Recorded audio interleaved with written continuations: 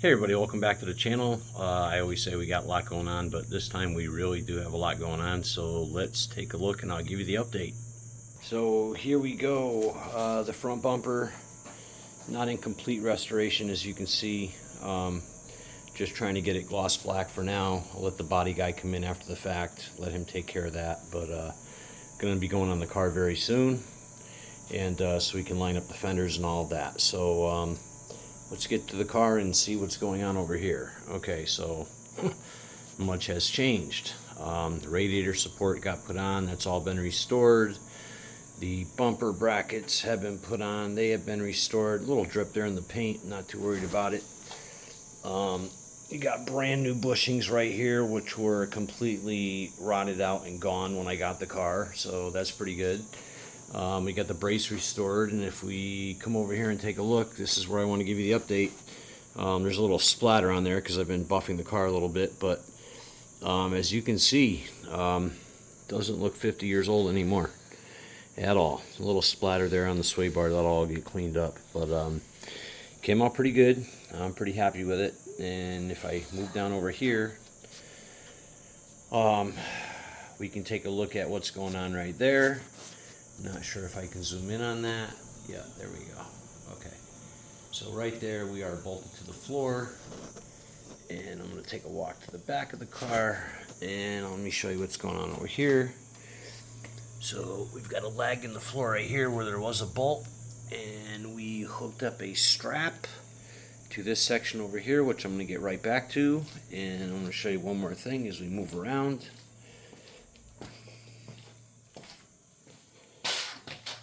The car is strapped down right here, so the car can't move. Granted, it's not a frame machine, but it kind of works in the same fashion, and my buddy's a genius.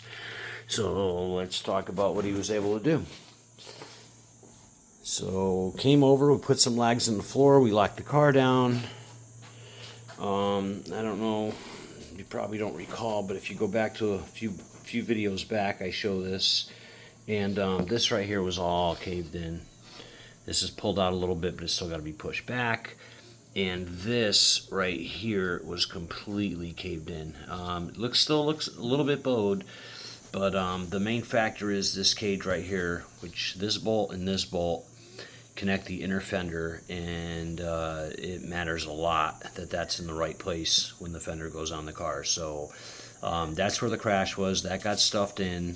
Luckily I had the Rusty Bird in the other garage, so I was able to take some measurements, and we took some measurements, and it was really tough with a ruler, so this is what I used right here. Here's my depth meter. So I was able to put my hand in here like this on my car, and that's the clearance that I had. So we got this off of the frame. This was okay. You can see the gap right here. This was completely stuffed on the frame, so this completely got pushed back. This got caved in a little bit. When we were pulling it, we had a strap wrapped around right here, and then it was going to the lag in the floor right there. And he did quite a great job pulling it. You could peek in there real quick. Slammed it with a hammer a couple times, that would seem to help. And we're pretty sure this is back in place now. So once the bumper's on the car, I'm going to try to fit the fender with the inner fender, and we're going to see if it lines up. If not, it's just a touch off now. I mean, it was so far off it could have never went back together.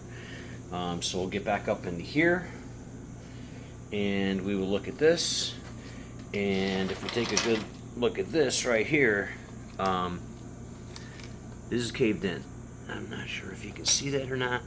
But this right here, here we go. This is caved in.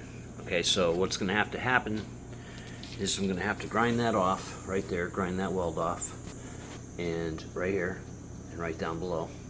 And we're going to grind that off, and we're going to weld something to that, and we're going to pull that out.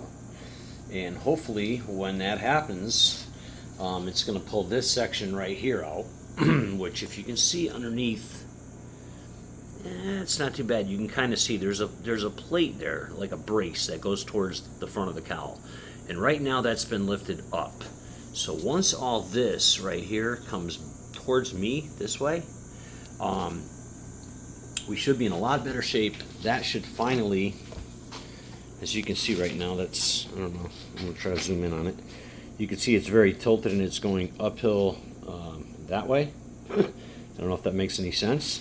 But yeah, and the one thing he noticed on my car is this location right here is supposed to be higher than this location right here. And right now, it's way off. It's not even close to where it's supposed to be. So that's the next fix with the body. We'll be doing that pretty soon, probably within the next week or two. They'll be getting the update on that. And we'll just go around, take a look at the subframe. You know, granted, it was a frame on restoration. But you know, this is my 50-year-old Raider support that came off the Rusty Bird that I replaced a new one on that. But the radiator support that came with this car was a little bit tweaked. It wasn't straight. Whoever repaired it, it was wrong. So we're looking pretty good. Everything, like I said, is sandblasted, ready to go. All this is loose right now, as you can see, because we still need to fit that bumper up and in there and see where straight is going to be. And at that point, we'll be getting a little bit of Starlight Black and touching up some things. So that's pretty much the update of what's going on now. I'm real happy. Somebody had restored the hood latch before I even got the car, so I just went with that. Like I said, the rubber bumpers were shot. They had to be bought. Little problem here I'll show you, which I just learned this morning. So this is a carriage bolt right here, and this goes, you can see it, there's a square right there, and it goes in here.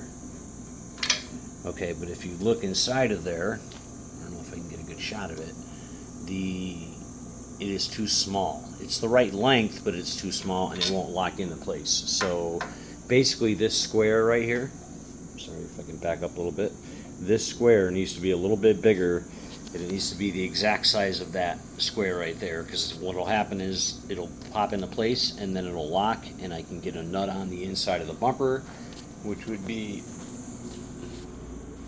over here, right here, and then we would be all set. So we are moving along. It's going very well, and let's get to our next little project. This will probably be all day before I can even touch this again, but came up pretty good. There's the other fender. That's going to need to go to black for now, because I've decided I'm going to do something with the car as far as the paint goes. So let's take a look. So right now,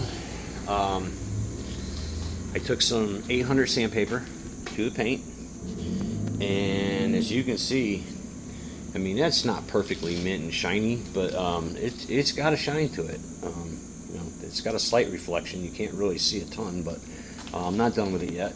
The rest of the fender is wet sanded, and then I want to show you the condition of the car. So right now the car is clean, and all that haze on the car, from what I've learned in at least cleaning up this fender, maybe we could take a look over here. There's some spots.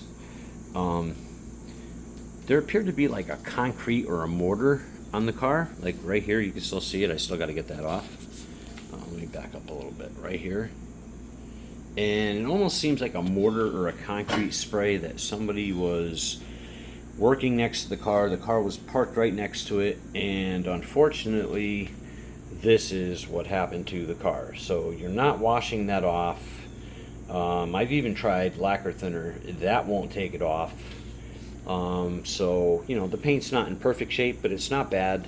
And, you know, I could drive it like that right there and this right here. But, you know, if I put a little bit more time and effort into it, as you can see, it is just, the paint is trashed.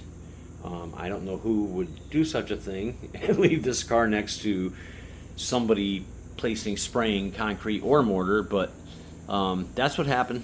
So you can see it all along here, coming down the rail. It's everywhere. It's in it. You know, there's nice paint underneath that, because this over here, let's back up a little bit.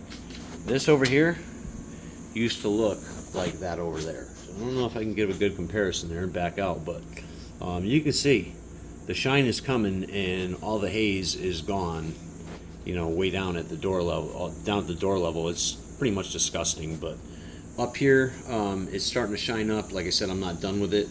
Just doing a little demo to see if it would work, and come to find out it will work. Now there's going to be some red paint coming through, but that is okay, because there she is.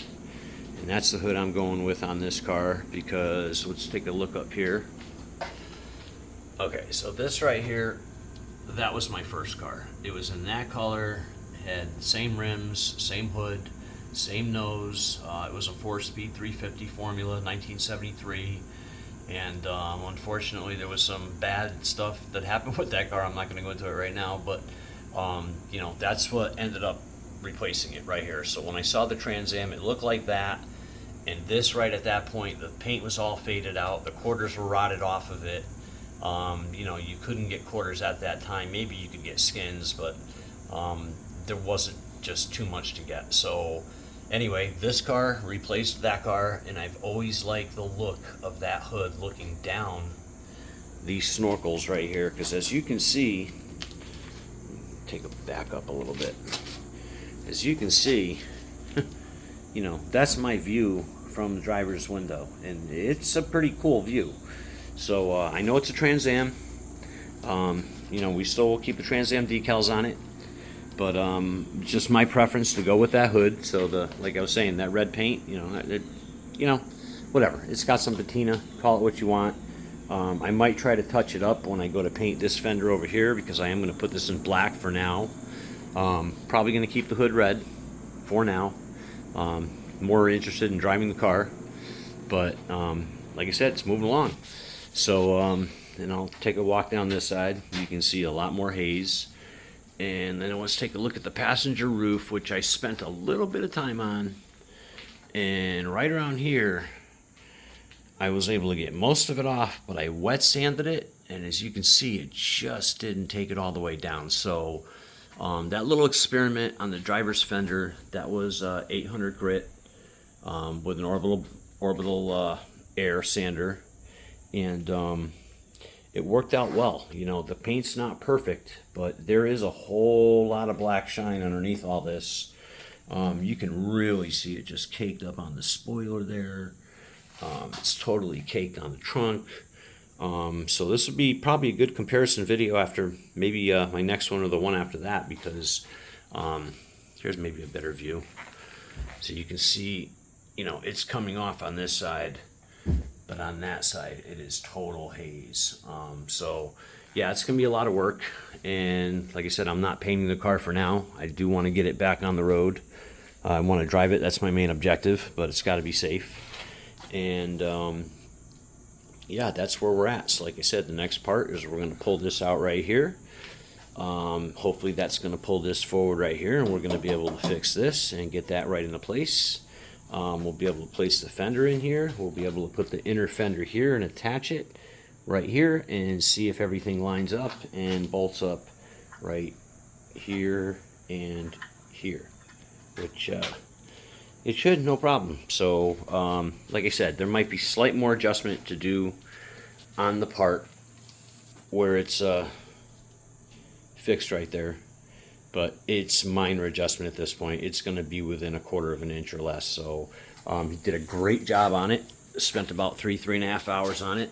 Really thankful that he came over, took care of it. I want to back up here and give you a pretty nice shot of what's going on. I might even change the front. I sprayed that with a gray matte rust encapsulator, but I think I might put it in zinc phosphate like the sway bar. I like the look, and I'm not sure if that's more original, but I've seen some cars that it kind of looks like that. So we can get a look at this over here. The power steering pump came, not pump, but the gear unit came out pretty good. This came out all real nice and shiny, as you can see over here. That's original, so I just put some gloss on that, and then we got that in zinc phosphate, as you can see, and then we've got the bar going up the shaft for the steering in zinc phosphate also. So just a few more details that we're going over. We're trying to keep it, like I said, very authentic. If you can see, the left side of the firewall is not painted because we're not done working over there yet. So when all the work is done there, I'll finish spraying that. And I think overall, we've got close to a winner here. It won't be long now. I'm still waiting for the machine shop to get back to me with word on the heads, whether they're going to be good or not, and whether I can use them. If not, I'm going to have to rip the original motor apart and send him those heads. So that's the update. Like I said, here's what we're going to be using. You know, there's no, you know, they don't sponsor me, but there we go. It's Meguiar's Ultimate Compound and Polish. So it'll be 800 grit sandpaper, and these two, and a whole lot of rags, and you know, there's the wheel that I'm going to use. So next time you look at it, hopefully, I want to get another shot of this. It's not going to look like this. It's going to look a lot shinier. It's going to look a lot more presentable. Like I said, I'm not trying to paint it or anything like that. I'm just trying to clean it up because it's absolutely, in my opinion, just unbelievable that somebody would do this to this car. So it deserves better treatment. So we're going to spend some hours on it. As you can see, this is all flat right here, right now, because that's all been sanded down with the 800. But as you can see, when I buff it back, you know, we get something more like that. And I don't know if I can really get the shine out of it, but it's a little dusty right now. But it looked, I won't say perfect, but let's say 100 times better than it did before I started. So that's the update. A little bit longer of a video, but it's kind of part 2 of the subframe restoration. I think it came out really fantastic. You know, there's certain areas that I'm going to be able to get when the A-frames come off the car that I really couldn't get. You know, like there's some stuff in here, there's some stuff up in here, there's some stuff over here I'd like to repair right above the motor mount. You know, once the motor's in there, you'll never see it, but I'd still like to repair it. But the A-frames are going to have to come off the car at some point, which I'm not really happy about because everything's assembled, and everything's good right now. But, you know, we're looking at 50-year bushings right here, which I'm not too worried about. You know, they're not even dry rotted. There we go. They look pretty good. You know, that one's a little bit dry rotted. I don't know if I can get it in the light. There you go. But the main concern is that, you know, lower ball joint. I don't know if I can get a shot of it. Probably not.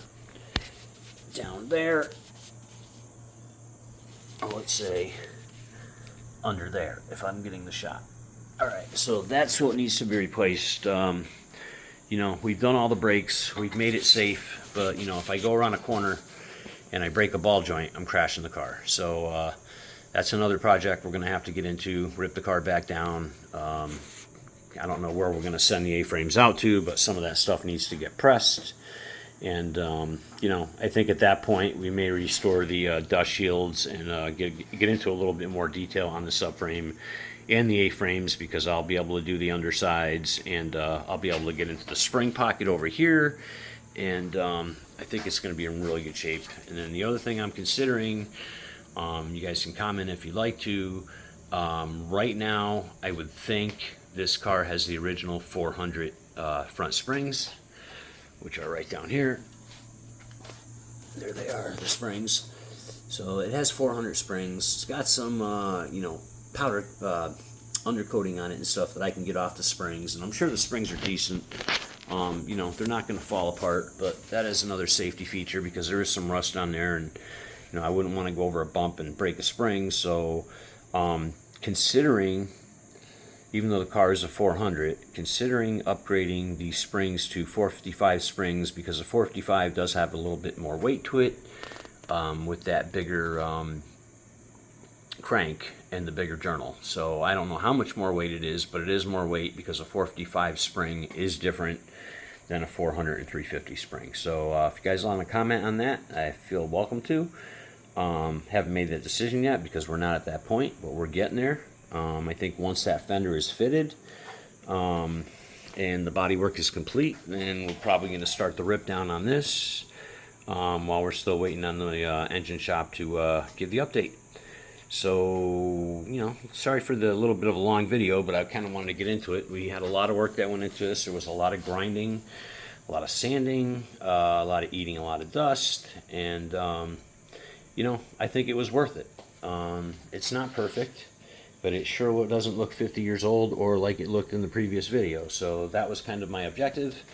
You know, I'm not trying to restore it 100%, but I'm just trying to bring it back. And, you know, in this condition, I mean, it'll last another 40, 50 years. You know, it's protected, it's rust encapsulated, it's not going to rust again. So it was worth the effort, worth the time. You know, I guess you got to have a real big passion for something like this, because it is a lot of effort and a lot of time. I haven't tracked the hours, but I've been down here almost daily working on this, at least a few hours a day. And there was a few days I went about 10 hours straight. So yeah, it's going pretty well. So that's where we're at. That's the update. I want to finish it up here and say I hope everybody has a great weekend.